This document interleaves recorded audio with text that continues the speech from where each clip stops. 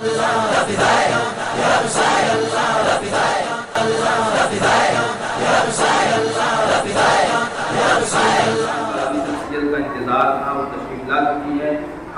کسی تاخیر کے میں حضرت کو دعوت سنا دوں گا. حضرت آئیں اور ہمارے سامنے حضور غوث پاک کے منور سیرت کے گوشے ہمارے دلوں سے ہمارے دلوں اور ذہنوں کو منور و جلا فرمائیں. آئے ایک مرتبہ حضرت کا استقبال کر لیں. نعرہ تکبیر، نعرہ رسالت، نعرہ رسالت. علماء اہل سنت، علماء اہل سنت. آپ کے سامنے حضرت مفتی عابد. السلام علیکم ورحمۃ اللہ وبرکاتہ. الحمدللہ الحمدللہ وکفا وسلام علی عبادہ الذین اصطفى وعلى آلہ وصحبہ اولي الصدق والصفاء. اشهد ان لا اله الا الله وحده لا شريك له واشهد ان سيدنا ومولانا محمدا عبده ورسوله صلى الله عليه وعلى اله وصحبه دائما سرمدا. اما بعد فاعوذ بالله من الشيطان الرجيم. بسم الله الرحمن الرحيم. ان الله وملائكته يصلون على النبي يا ايها الذين امنوا صلوا عليه وسلموا تسليما.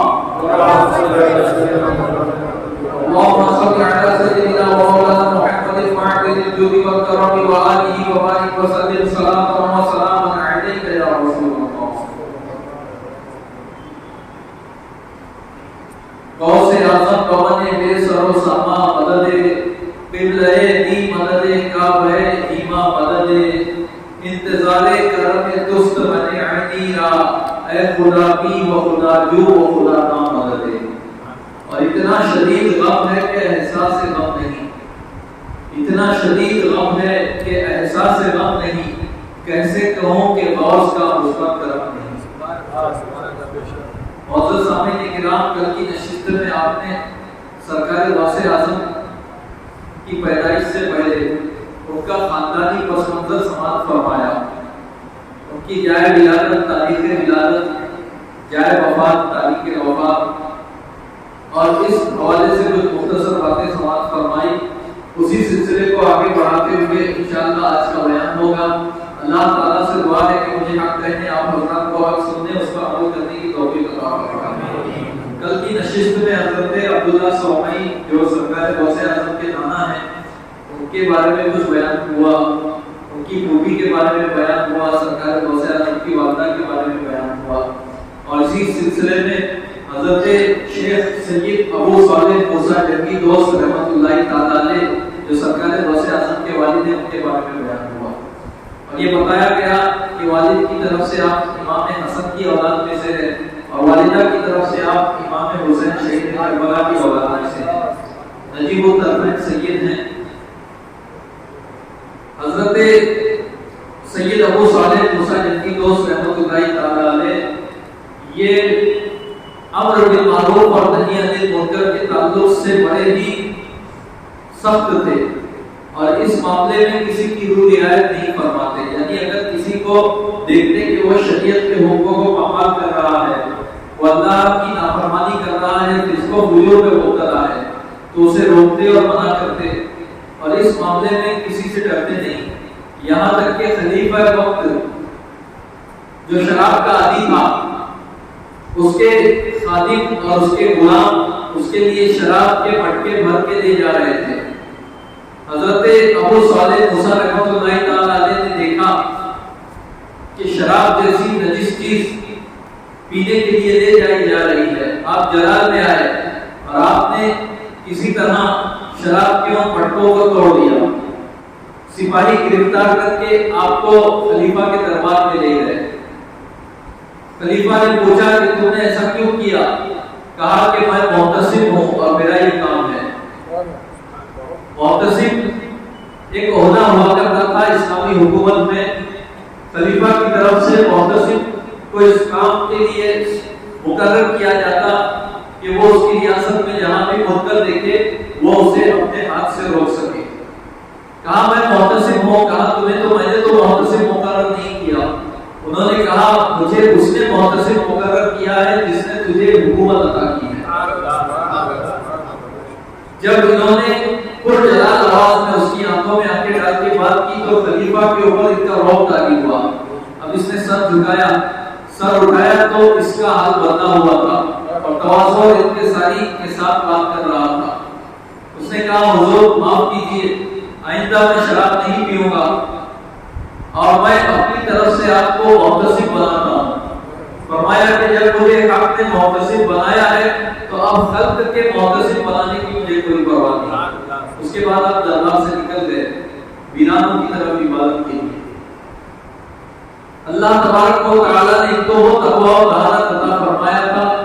سخت مجاہدات فرماتے، کئی دن کے فاقے ہو جاتے. ایک بار ایسا ہوا کہ کئی دنوں تک آپ کو کچھ کھانے پینے نصیب نہیں ہوا اور ویرانے میں گشت فرما رہے تھے.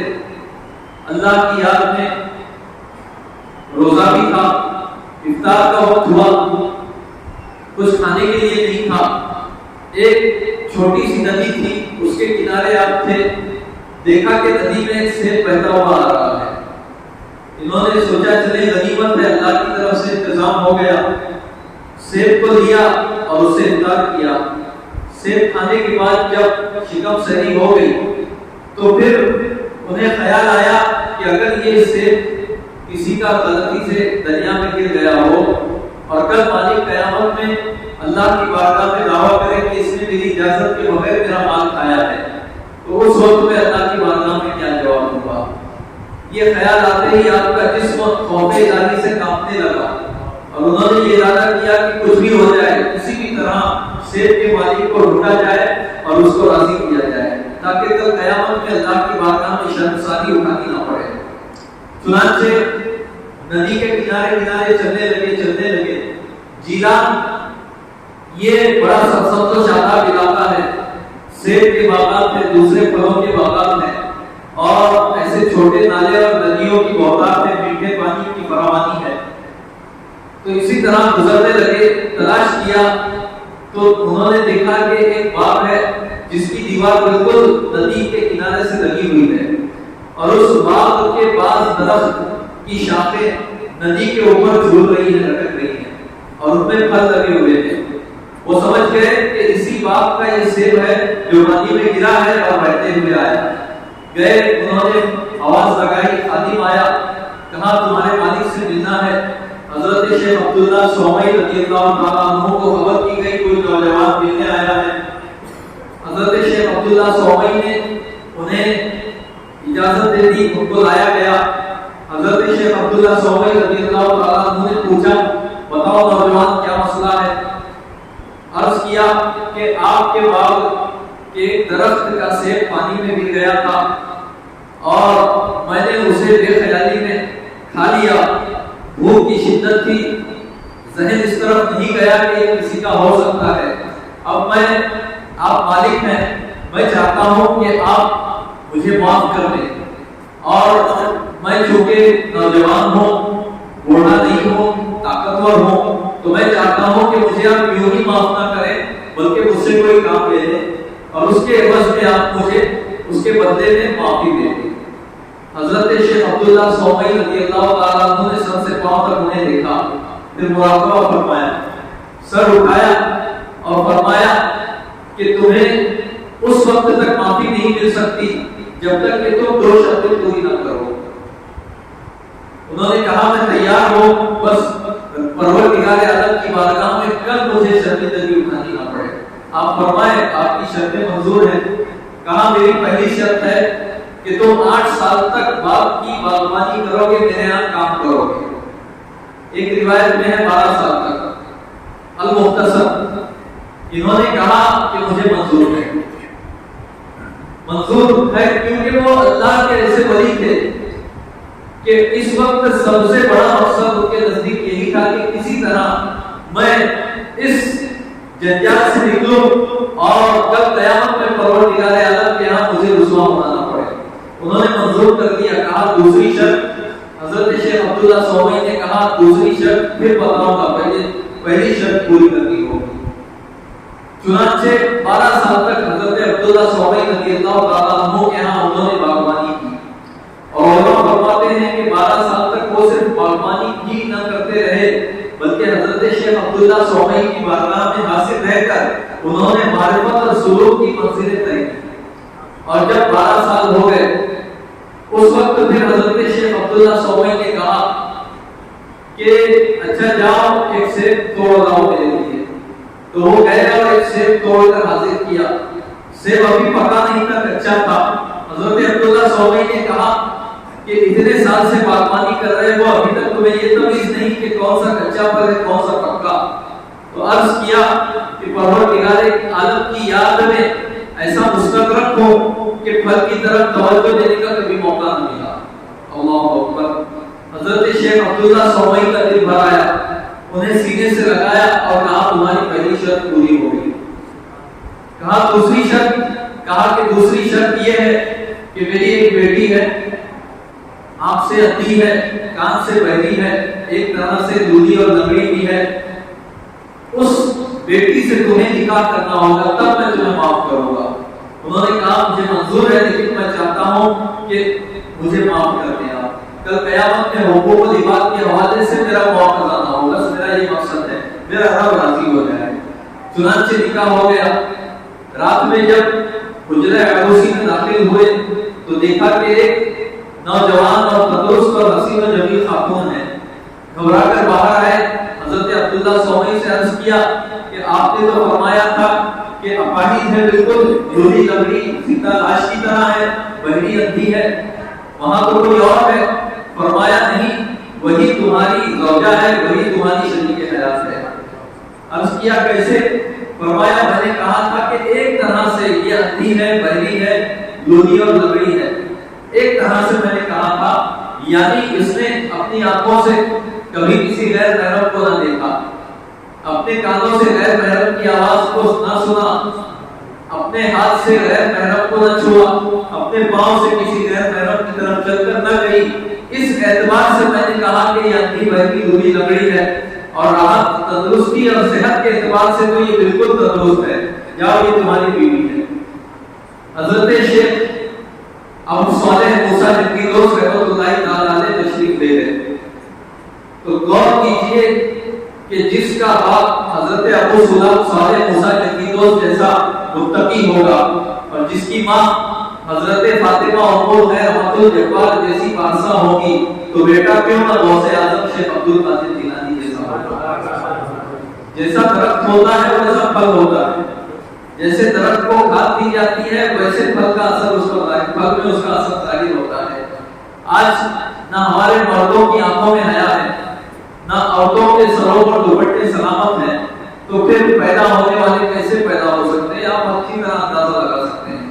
اگر آج بھی ماں باپ پارسائی اختیار کریں اور ماں باپ شریعت کے پابند ہو جائیں تو پھر اولاد نیک پیدا ہوگی ہی ہوگی، کیونکہ درخت کا اثر پھل میں آتا ہے، جیسی نسل ہوتی ہے اولاد میں ویسا اثر آتا ہے۔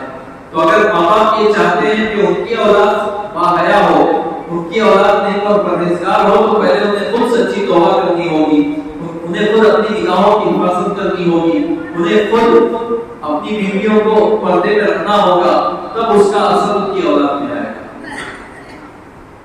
حضرت سیدنا شیخ عبد القادر جیلانی رضی اللہ تعالیٰ عنہ کی پیدائش سے پہلے ہی اولیاء کرام میں یہ مشہور تھا کہ قریب ایک پیدا ہونے والا پیدا ہوگا جو غوث اعظم ہوگا، جو حضور صلی اللہ علیہ وسلم کی اولاد اطہار میں سے ہوگا اور اس کی بڑی شان ہوگی۔ یہاں تک کہ حضرت غوث اعظم سے پہلے جو غوث اعظم تھے یعنی حضرت امام حسن عسکری رضی اللہ عنہ، تقریب الخواتر وغیرہ میں ہے کہ انہوں نے ایک مسلح اپنے ایک خاص مرید کو دیا اور کہا کہ تم اپنے کسی معتمد کو دینا اور وہ اپنے کسی معتمد کو دے۔ اس طریقے سے یہ سلسلہ 5ویں صدی ہجری تک چلے، کیونکہ اس وقت جو شخص پیدا ہوں گے جن کا مجھے انتظار ہے وہ میرے بعد غوث اعظم ہوں گے، ان کا نام عبد القادر ہوگا اور ان کی بڑی شان ہوگی، تو میرا سلام ان سے کہنا اور میرا یہ مسلح انہیں دینا۔ چنانچہ سلسلہ پر سلسلہ وہ مسلح مختلف اولیاء کرام کے پاس رہا، اور جب شیخ عبد القادر جیلانی رضی اللہ تعالیٰ عنہ کا ظہور ہوا اور بغداد شریف میں ان کی شہرت ہوئی، تو جو اس وقت اللہ کے ولی تھے جن تک کی وراثت آئی تھی، انہوں نے غوث پاک کی بارگاہ میں اسے پیش کیا۔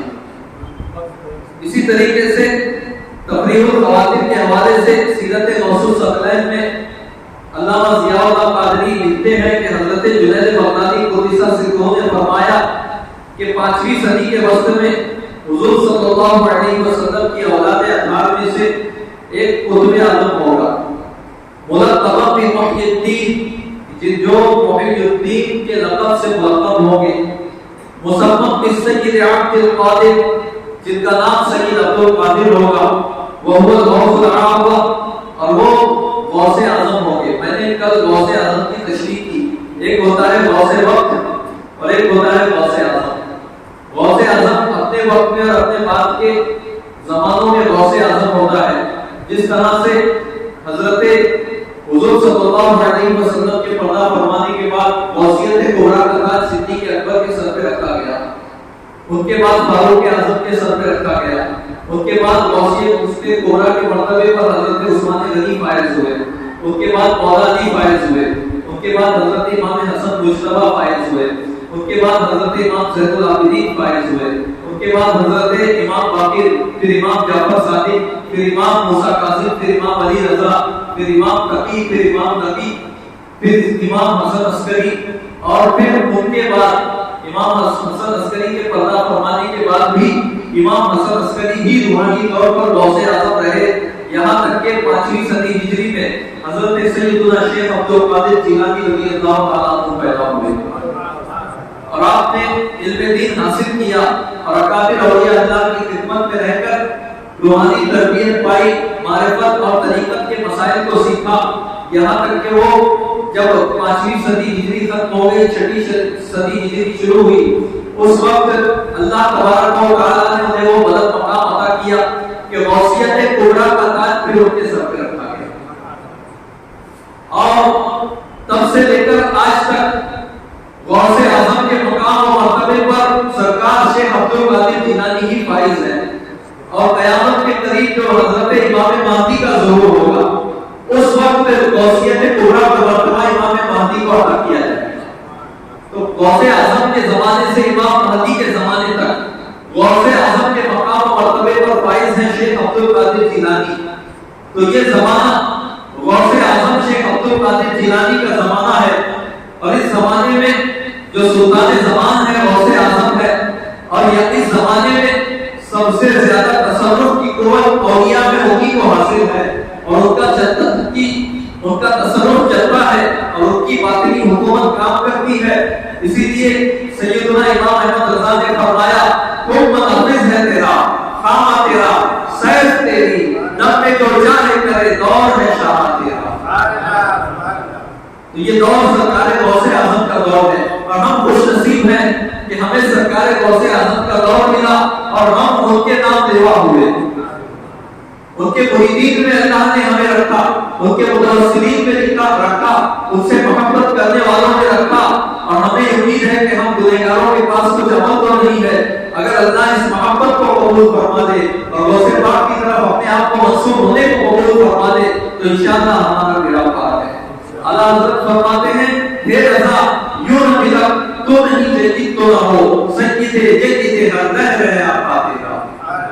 اللہم صلی علی سیدنا ومولانا محمد معدن الجود والکرم وآلہ وبارک وسلم۔ حضرت سیدنا جنید بغدادی فرماتے ہیں، وہ الغوث العظم، اور وہ غوث اعظم ہوں گے، مولدہ من جیلان، ان کی پیدائش جیلان میں ہوگی، وَيَكُونُ مَنْقُورًا بِأَنْ يَقُولُ قَدْمِي هَذِهِ عَلَى رَقَبَةِ كُلِّ وَلِيٍّ وَوَلِيَّةٍ لِلَّهِ، اور وہ اس بات کا اعلان کرنے کا حکم ہمیں دیا جائے گا کہ میرا یہ قدم اللہ کے ہر ولی اور ہر ولیہ کی گردن پر ہے۔ فرماتے ہیں من الاولین والآخرین سوى الصحابۃ والائمہ، کہ تمام اولین و آخرین یعنی ان سے پہلے اور ان کے بعد کے تمام اولیاء کی گردن پر ہے، صحابہ اور ائمہ کرام کے علاوہ۔ من ذریۃ خاتم النبیین، اور یہ خاتم النبیین صلی اللہ علیہ وسلم کی ذریت میں سے ہوں گے، سید ہوں گے۔ یہ پیشن گوئی سرکار غوث اعظم کے پیر، ان کے پیر، ان کے پیر، ان کے پیر، ان کے پیر سیدنا جنید بغدادی رضی اللہ عنہ نے فرمائی۔ یعنی اولیاء کرام میں مشہور تھا کہ شیخ عبد القادر جیلانی نام کے آنے والے ہیں، اور جن کی دھوم ان کے زمانے میں اور ان کے بعد کے زمانوں میں صدیوں تک ہوگی۔ چنانچہ بہجت الاسرار میں ہے کہ شیخ ابو بکر ابن حوارہ رحمۃ اللہ تعالی علیہ، جو سرکار غوث اعظم کی پیدائش سے پہلے کے بزرگ ہیں، انہوں نے سرکار غوث اعظم کے بارے میں فرمایا عجمی شریف یسکن بغداد، کہ اشراف میں سے ہوں گے، اجمی ہوں گے۔ حضرت غوث اعظم کی مادری زبان فارسی تھی اور عجم میں یعنی ایران میں پیدا ہوئے، وہیں پرورش پائی، پلے پڑے، تو اس وجہ سے اہل عرب اور اہل عراق انہیں اجمی کہتے تھے۔ فرمایا وہ اجمی ہوں گے، شریف ہوں گے، مگر یعنی سید ہوں گے، اگرچہ پیدائش اور توقع کے اعتبار سے اجمی ہوں گے، لیکن نسل کے اعتبار سے سید ہوں گے۔ یسکن بغداد، بغداد میں رہیں گے۔ یکون ظہورہ فی القرن الخامس، ان کا ظہور 5ویں صدی میں ہوگا۔ وہو احد الصدیقین الاوتاد الافراد اعیان الدنیا و اقطاب الزمان، کہ وہ اوتاد افراد اعیان دنیا اور اقطاب زمان میں سے ہوں گے۔ اسی طرح قلائد الجواہر میں ہے، شیخ مسلمہ ابن نعمت السروجی رحمۃ اللہ تعالی علیہ سے کسی نے پوچھا کہ اس وقت کتب کون ہے، کتب الاقطاب کون ہے؟ فرماتے ہیں کہ اس وقت جو کتب ہے وہ مکہ مکرمہ میں ہے، اور وہ عام لوگوں کی نگاہوں سے پوشیدہ ہے، صرف اکابر اولیاء انہیں پہچانتے ہیں۔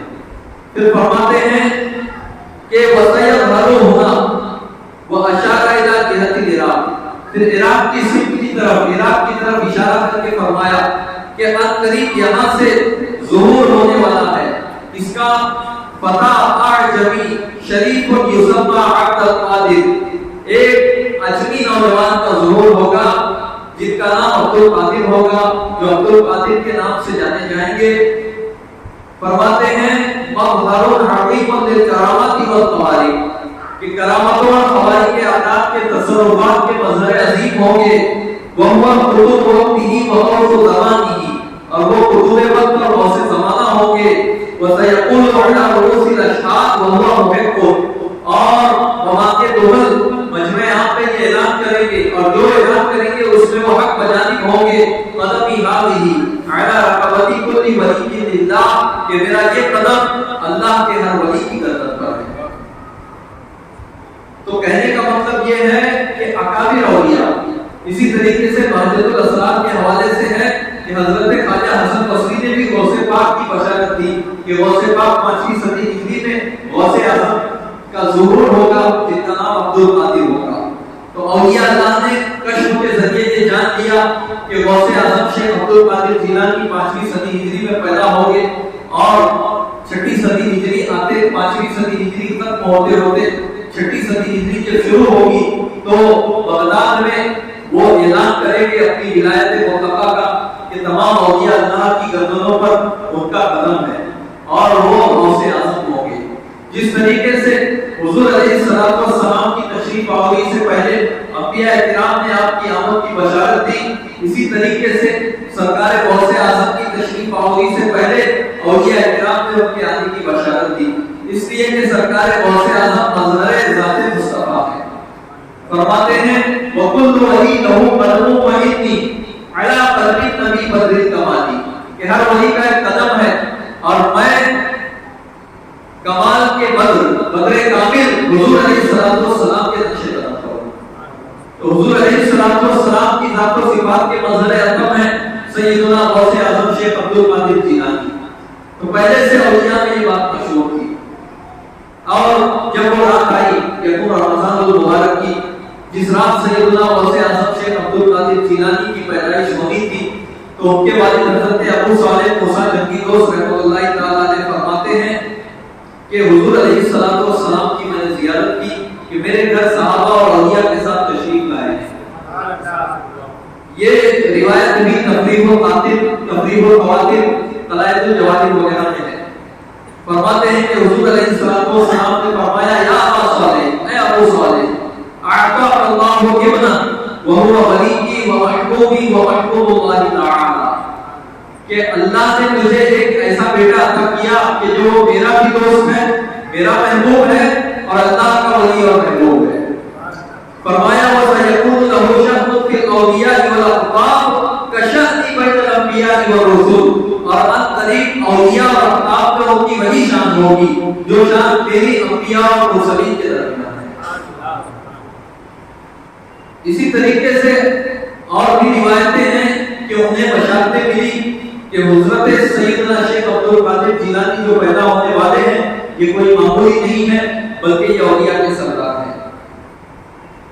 جب آپ کی پیدائش ہوئی جس رات، تو اللہ تبارک و تعالیٰ نے اپنے بندہ خاص کو جب یہ رات عطا کی تو ان کے وجود کی برکت سے ایک عجیب و غریب بات یہ ہوئی کہ جیلان کی بستیوں میں اس وقت میں کئی اور ولادتیں بھی ہوئی۔ پروردگار عالم نے اس رات میں جتنے گھروں میں بھی اولاد عطا فرمائی وہ سب کے سب لڑکے ہوئے، کوئی لڑکی نہ ہوئی، اور جتنے لڑکے پیدا ہوئے سب کے سب اولیاء اللہ میں سے ہوئے۔ بہجت الاسرار کی روایت ہے۔ تو سرکار غوث پاک جس رات پیدا ہوئے ان کی پیدائش کی برکت سے اس رات کو یہ برکت ملی کہ اس رات میں پیدا ہونے والا ہر بچہ اللہ کے ولیوں میں سے ہوا، اللہ کے محبوب میں سے ہوا۔ سرکار غوث اعظم رمضان میں پیدا ہوئے، اگر آپ کا معمول یہ بنا کہ لاکھ کوشش کے باوجود دن کے وقت میں وہ دودھ نہیں پیتے، رمضان میں صبح صادق سے لے کر غروب آفتاب کے درمیان وہ دودھ نہیں پیتے، جب سورج ڈوب جاتا پھر دودھ پینے لگتے، رات میں دودھ نوش فرماتے، مگر جیسے بھی رات تک پہنچی سورج صادق کا وقت شروع ہوتا دودھ پینا بند کر دیتے۔ بہجت الاسرار میں ہے وَاشْتَهَرَا بِبَلَدِنَا فِي ذَلِكَ الْوَقْتِ، کہ اس وقت ہمارے شہر میں، راوی کہتے ہیں جیلان کے کہ ہمارے شہر میں اس وقت یہ بات مشہور ہو گئی أَنَّهُ وُلِدَ لِلْأَشْرَافِ وَلَدٌ لَا يَرْتَعُ فِي نَهَارِ رَمَضَانَ، کہ جیلان میں سادات کے گھر میں ایک ایسا لڑکا پیدا ہوا ہے کہ رمضان میں نہار کے وقت، دن کے وقت وہ دودھ نہیں پیتا۔ اس کے بعد اگلا سال آیا، ہوا یہ کہ رمضان کے چاند کو دیکھنے کی لوگوں نے کوشش کی مگر مطلع اور آزود کا چاند نظر نہ آیا۔ اب دن کا وقت آیا تو اب ظاہر ہے کہ چاند نظر نہیں آیا تو شریعت کے قانون کے مطابق 30ویں شعبان مانی جائے گی اگلے دن۔ تو اس وقت لوگوں نے دیکھا کہ ارے ہمارے جیلان میں سیدوں کے گھرانے میں ایک لڑکا ہے جو پچھلے سال پیدا ہوا اور وہ رمضان میں دن میں دودھ نہیں پیتا، چلیں پوچھتے ہیں کہ کیا حال ہے اس بچے کا، کیا آج کے دن اس نے دودھ پیا؟ جب گھر والوں سے پوچھا گیا تو بتایا گیا کہ آج صبح صادق سے بچے نے دودھ پینا بند کر دیا ہے۔ اور زیادہ دیر نہیں گزری تھی کہ کہیں سے مضافات سے گواہ حاضر ہوتا ہے اور قاضی کے سامنے گواہی دیتا ہے کہ میں گواہی دیتا ہوں کہ میں نے رات میں چاند دیکھا ہے اور آج رمضان کی پہلی تاریخ ہے۔ قاضی اس گواہ کی گواہی پر جو ہے فیصلہ کرتے ہیں۔ تو کہنے کا مطلب یہ ہے کہ سرکار غوث پاک کو اللہ نے بچپن سے یہ شعور دیا کہ رمضان کا احترام کیا جائے، بلکہ یہ کہا جائے کہ ان کے خون میں یہ بات رکھی گئی کہ رمضان کا احترام کیا جائے، اور بچپن ہی سے پروردگار عالم نے ان کے تعلق سے یہ معاملہ فرمایا اور ان پر یہ ولایت کی علامت ظاہر ہوئی کہ رمضان کے احترام میں وہ دن کے وقت دودھ نہیں نوش فرماتے تھے۔ تو یہ کرامت ہے اور یہ بہت بڑا مقام و مرتبہ ہے۔ اللہ تبارک و تعالیٰ نے آپ کو ذہن رسا عطا فرمایا کہ ابھی جب آپ چلنے پھرنے لگے اور کچھ سوچنے سمجھنے کی عمر ہوئی اور مکتب میں جانے کی عمر ہوئی، گھر والے مکتب میں لے آئے، مکتب میں داخل کر دیا گیا۔ استاد نے جب سرکار غوث اعظم کو اپنے پاس بلایا، کہا بیٹا پڑھو بسم اللہ الرحمن الرحیم۔ انہوں نے بسم اللہ شریف پڑھی، پوری سورہ فاتحہ پڑھ ڈالی۔ استاد حیران ہو گئے، پہلی بار بچہ مکتب میں آیا ہے، چھوٹا سا بچہ ہے۔ کہا اچھا بیٹا بہت اچھا پڑھا تم نے، آگے پڑھو۔ پھر شروع کی سورہ بقرہ، سورہ بقرہ پڑھ ڈالی، پوری سورہ بقرہ استاد جھوم جھوم کر سنتے رہے۔ استاد پر ایک کیفیت طاری ہوئی، سرکار غوث اعظم کی نندی زبان سے قرآن مجید کی آواز کی وہ حلاوت تھی کہ استاد کو سیری نہیں ہو رہی تھی، سب کچھ چھوڑ دیا، کہا اب بچے پڑھتے رہو، میں دیکھنا چاہتا ہوں کہاں تک پڑھتے ہو. پڑھتے پڑھتے کچھ ہی دیر میں 14 پارے پڑھ ڈالے. استاد حیرت سے دیکھنے لگے، یا اللہ کیا ماجرا ہے؟ پوچھا بیٹا تم کو کس نے پڑھایا؟ 14 پارے کیسے یاد ہوئے؟ عرض کیا کہ میری والدہ، جب میں اپنی والدہ کے پیٹ میں تھا تو وہ قرآن مجید کثرت سے پڑھا کرتی تھی، تو قرآن مجید ان سے سن کر میں نے پیٹ بھی میں 14 پارے یوز کر دی. سبحان اللہ. یہ ہے سرکار سیدنا غوث اعظم قطب ربانی سرچشمہ سلطانی میرا شیخ ابو محمد محی الدین عبد القادر جیلانی. پھر اس کے بعد کسی نے پوچھا حضور بچپن کے حالات بتائیں. متا علمت انک ولی اللہ تعالی، بچپن میں آپ تو ماں کے پیٹ سے ولی ہیں، ولی تکوینی ہیں، ماں کے پیٹ بھی سے آپ کو ولایت عطا ہوئی. آپ کو کب پتہ چلا کہ آپ اللہ کے ولی ہیں؟ متا علمت انک ولی اللہ. تو سرکار غوث اعظم نے عرض کیا، ارشاد فرمایا كنت انا ابن 10 سنین فی بلدنا، کہ میں اپنے شہر جینان میں تھا، اپنے علاقے میں تھا اور 10 سال کا تھا. اخرج من دارنا واذهب الى المكتب، کہ میں اپنے گھر سے نکلتا اور مکتب جاتا. فارى الملائکۃ علیہم السلام تمشی حولی، تو میں فرشتوں کو دیکھتا کہ وہ میرے ساتھ چل رہے ہیں. سبحان اللہ. فاذا وصلت الى المكتب سمعت الملائکۃ یقولون افسحوا لولی اللہ حتى یجلس. پھر جب میں مکتب میں پہنچتا تو فرشتوں کو یہ کہتے سنتا کہ وہ وہاں بیٹھے بچوں سے کہتے افسحوا لولی اللہ حتى یجلس، اللہ کے ولی کے لیے جگہ چھوڑ دو تاکہ بیٹھ جائے. اس وقت مجھے پتا چلا کہ اللہ نے مجھے ولایت عطا فرمائی. پھر اسی طرح بحجت الاسرار شریف قلائد الجواہر وغیرہ میں ہے کہ سرکار غوث اعظم نے فرمایا کہ ایک فرشتہ خاص طور سے میرے ساتھ ہوگا. اور ایک دن میں نے اس سے پوچھا کہ بھائی تم کون ہو، میرے ساتھ چلتے ہو، دوسروں کو نظر نہیں آتے؟ فرمایا کہ میں اللہ کے فرشتوں میں سے ایک فرشتہ ہوں اور مجھے تمہاری خدمت پر مامور کیا گیا ہے، اور یہ حکم ہوا ہے کہ گھر سے مکتب جانے اور آنے میں تمہارے ساتھ رہوں اور تمہاری حفاظت کرتا رہوں. یہ پروردگار عالم کی طرف سے بھیجا گیا ہے. اسی طریقے سے سرکار غوث اعظم فرماتے ہیں کہ ایک دن فرشتوں کی جھرمٹ میں مکتب جا رہا تھا کہ اتنے میں میں نے ایک ایسے شخص کو دیکھا جسے میں نے اس سے پہلے نہ دیکھا تھا اور میں پہچانتا نہ تھا کون تھا. فرشتے کسی کو نظر نہیں آتے، اس شخص کو فرشتے نظر آ گئے. اس نے فرشتوں سے پوچھا کہ بتاؤ یہ صاحبزادے کون ہیں؟ تو فرماتے ہیں کہ فرشتوں نے کہا کہ یہ ابو صالح موسیٰ کے بیٹے عبد القادر ہیں اور سادات کے گھرانے سے ہیں. اس شخص نے کہا کہ یہ اللہ کے بہت بڑے ولی ہوں گے اور ان کی بہت بڑی شان ہوگی اور اللہ تبارک و تعالیٰ ان کو بہت بلند مقام عطا فرمائے گا. اس کے بعد فرماتے ہیں کہ جب میری عمر 40 سال کی ہوئی تو اس وقت میں نے پہچانا کہ وہ اپنے زمانے کے بزرگ تھے جنہوں نے یہ پیشن گوئی فرمائی. تو جس کا بچپن اتنا مقدس ہو اس کی جوانی کیسی ہوگی اور پھر اس کا بڑھاپا کیسا ہوگا. فرماتے ہیں سرکار غوث اعظم شیخ عبد القادر جیلانی كنت صغيرا في اهلي كلما هممت ان العب مع الصبيان، کہ جب میں چھوٹا تھا اور جب بھی میں چاہتا کہ بچوں کے ساتھ کھیل کود میں مصروف ہوں، کھیلوں کودوں، اسمع قائلا يقول لي، تو ایک کہنے والا مجھ سے کہتا جس کی آواز میں سنتا الیہ یا مبارک، اے برکت والے بیٹے میری طرف آؤ، یعنی کھیل کود کی طرف مت جاؤ، میری طرف توجہ لگاؤ. تو میں اس آواز کو سن کر اپنی گھبرا کر اپنی ماں کی گود میں چلا جاتا.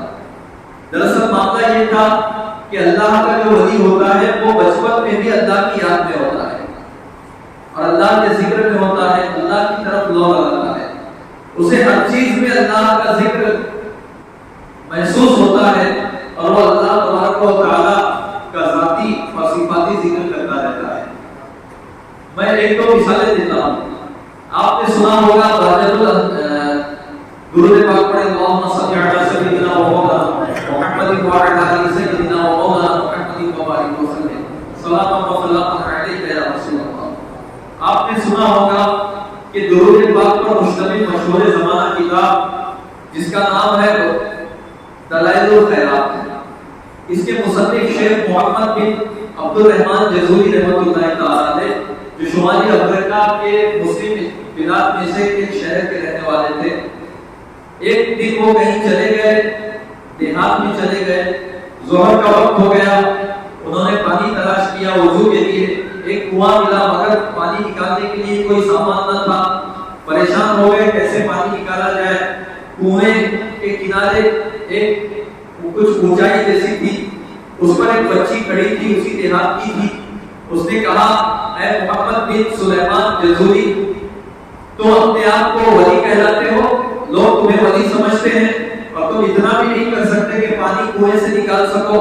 اتنا کہنا تھا کہ اس بچی نے کنویں میں تھوک دیا، بچی کا تھوک کنویں میں پڑا کہ پانی جوش مارنے لگا، اور پانی جوش مارتا ہوا اوپر آ گیا اور کنویں کے کناروں سے بہنے لگا۔ حضرت شیخ محمد بن سلیمان جزوری نے جلدی جلدی وضو فرما لیا، اس کے بعد پھر پانی نیچے بیٹھا، بچی بھاگنے لگی، کہا کہ اے بچی رک جا، میں تجھے قسم دیتا ہوں، تو بتا تجھے مقام و مرتبہ کیسے ملا۔ بچی جو اللہ کی ولی تھی بچپنے ہی میں، اب دیکھیے وہ اپنا عمل بتاتی ہے۔ بچی نے کہا بکثرتی صلاتی علی من اذا مشى فی البر الاکبر تعلقت الوحوش بأدیانہ صلی اللہ علیہ وسلم، کہ اس ذات کریم پر کثرت سے درود پڑھنے کی وجہ سے مجھے یہ مقام ملا کہ جب وہ ویرانوں سے گزرتے ہیں تو جلدی جانور بھی ان کے دامن کی پناہ میں آتے ہیں صلی اللہ علیہ وسلم۔ یعنی وہ بچی کثرت سے درود پڑھتی تھی، 4-6 سال کی چھوٹی بچی تھی، کثرت سے درود پڑھتی تھی، اس کی وجہ سے اسے یہ مقام ملا۔ معلوم یہ ہوا کہ جو اولیاء بچپن سے اولیاء ہوتے ہیں وہ ذکر و فکر میں ہوتے ہیں۔ اسی طریقے سے حضور تاج الشریعہ رحمۃ اللہ تعالی علیہ کے بارے میں بتایا جاتا ہے کہ بچپن میں ہاتھ میں تسبیح لے کر اپنے گھر کے آنگن میں اطراف میں چلے جا رہے تھے۔ نانا جان جن کے آنکھوں کی ٹھنڈک تھی حضور تاج الشریعہ، ان کے نانا جان یعنی حضور مفتی اعظم ہیں، انہوں نے بلایا، بڑے پیار سے بلایا، کہا بیٹا یہ تسبیح لے کر تو کیا کرتے ہو؟ تسبیح کھیلنے کی چیز نہیں ہے، تسبیح سے کھیلا نہیں جاتا۔ کہا نانا جان ہم تو تعویذ لکھتے رہتے ہیں، دیکھیے میں تسبیح جو ہاتھ میں لیتا ہوں تو درود پاک پڑھتا رہتا ہوں، اور درود پاک پڑھ کے سنایا۔ تو اللہ کے ولی بچپن ہی سے ذکر و فکر میں ہوتے ہیں۔ تو یہ عام اولیاء کا حال ہے۔ سرکار غوث پاک تو امام الاولیاء ہے، سردار اولیاء ہے، وہ بھی ذکر و فکر میں رہا کرتے تھے، لیکن تقاضۂ بشری بچپن کے تقاضے کی وجہ سے بچوں کو کھیلتا دیکھتے تو ان کا دل کرتا میں بھی جاؤں کھیلنے، لیکن رب کو گوارا نہ ہوا کہ میرا یہ محبوب ذرا دیر کے لیے بھی میری یاد سے غافل رہے۔ اسی لیے پروردگار عالم نے انتظام فرمایا کہ منادی ندا کرتا الیہ یا مبارک، اے برکت والے کھیل کود کی طرف نہ جاؤ، میری طرف آؤ۔ تو سرکار غوث اعظم پاس آ جاتے۔ تو یہ آپ کے کچھ بچپن کے حالات تھے۔ پھر اس کے بعد جب آپ کی عمر 11 سال کی ہوئی، والد بزرگوار حضرت شیخ ابو صالح موسیٰ جنگی دوست رحمۃ اللہ تعالی علیہ کا سایہ سب سے اڑ گیا۔ حضرت سیدنا شیخ عبد القادر جیلانی رضی اللہ تعالی عنہ کی والدہ کی عمر جب 60 سال کی ہوئی، اس وقت غوث پاک پیدا ہوئے۔ یہ بھی ایک کرامت ہے، اتنی عمر میں کوئی عورت حاملہ نہیں ہوتی۔ یہ قطع عادت کے طور پہ تھا کہ 60 سال کی عمر میں وہ حاملہ ہوئی اور سرکار غوث اعظم جیسے کامل بچے کو جنم دیا۔ اور کچھ علماء نے یہ بھی کہا کہ جو خالص قریشی ہوگا، جس کی نسل میں دونوں طرف سے خالص قریشی سلسلہ ہوگا جس کا، تو وہ اور ایسی عورت 60 سال کی عمر میں بھی حاملہ ہو سکتی ہے۔ اور جو خالص عربی عورت ہوگی، یعنی دونوں طرف سے ماں اور باپ کی طرف سے خالص نسل ہوگی عربی، تو وہ 50 سال کی عمر میں بھی حاملہ ہو سکتی ہے۔ تو یہ خصوصیت صرف عربی خالص عربی عورتوں کی ہے کہ 50 سال کی عمر میں بھی حاملہ ہو سکتی ہیں، اور صرف قریش کی عورتوں کی یہ خصوصیت ہے کہ 60 سال کی عمر میں بھی انہیں حمل ہو سکتا ہے۔ باقی اور دنیا کی عورتیں 50 سال یا 60 سال کی عمر میں حمل سے نہیں ہوتی، وہ بھی ختم ہو جاتی ہے اتنی عمر ہونے کے بعد۔ بہرحال تو سرکار غوث اعظم کی والدہ کی عمر جب 60 برس تھی، تو اس وقت سرکار غوث اعظم کی پیدائش ہوئی. جب ان کی عمر 11 سال کی ہوئی والد کا سایہ سر سے اٹھ گیا. جب ان کی عمر 18 سال کی ہوئی تو ایک عجیب و غریب معاملہ ہوا اور وہی سبب بنا سرکار غوث اعظم کا کہ آپ نے بغداد شریف کی طرف سفر کرنے کا ارادہ کیا. اور وہ کیا معاملہ تھا, وہ کیا درک عادت کام تھا, وہ کیا کرامتیں تھی, وہ کیا عجیب و غریب واقعات تھے, انشاءاللہ کل کی مجلس میں سلسلہ کلام کو آگے بڑھایا جائے گا. اللہ تبارک و تعالیٰ سے دعا ہے جو کچھ بیان کیا گیا اسے قبول فرمائے اور اسے ہمارے لیے ذریعہ مغفرت و نجات بنائے. صلاۃ و سلام کیجیے. آپ معمار ملت چینل کو سبسکرائب کریں, لائک کریں اور اپنے مفید مشوروں سے, کمنٹ سے, مثبت کمنٹ سے ہمیں نوازیں. آپ سے گزارش ہے کہ اس چینل کو زیادہ سے زیادہ سبسکرائب کریں تاکہ ہم ہمارے پیغام کو دنیا کے کونے کونے تک پہنچا سکیں.